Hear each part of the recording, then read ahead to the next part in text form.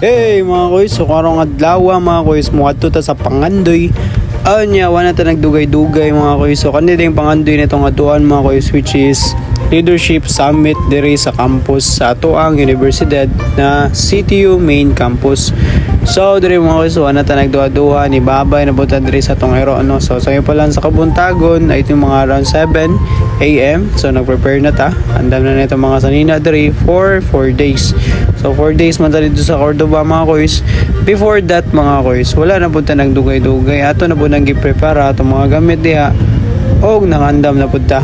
O niya mga kuys, pag-abot ato dito sa meetinganan mga kuys. Before ta moadto sa summit mga kuys. So napamtay meetingan po regarding sa ato ang kuan, umaabot na election. So diri mga kuys, palaila ko na ninyo si Sir Avila. So muna atong second counselor sa SSG. Then also mga kuys, diri nag-session sa mi before ta moadto sa ato ang summits. After that, okay, naabot na ta. Then diri mga kuys, grabe na atong intense diri. Nakita na tag mga bagong faces, mga lain-lain campuses ng mga students ra pud sila mga kuys gikan sa CRU.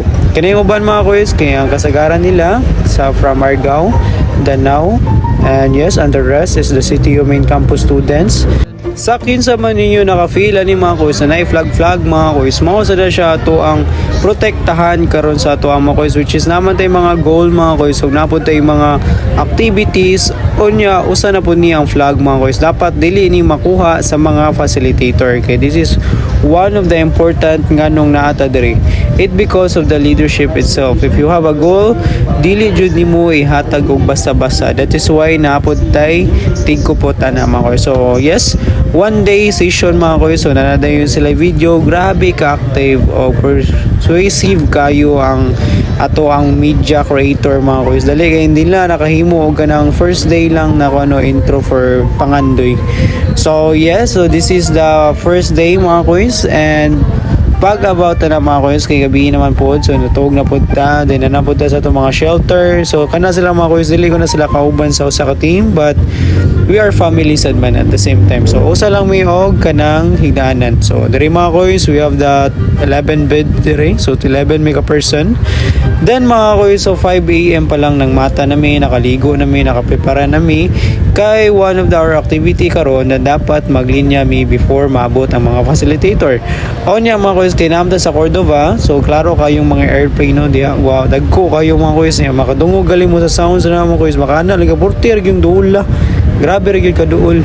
O niya mga kuys, before of that kanang gabi mga udto na ni siya. So diri mga kuys, kay nag summits na diri.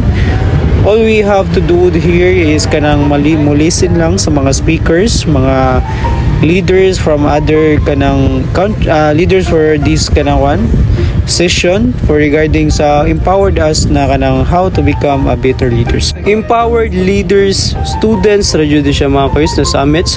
Also ayo jud mo balhin og lain channel mga kuys, which is mag day 3 pa ta. So see you on day 3 mga kuys.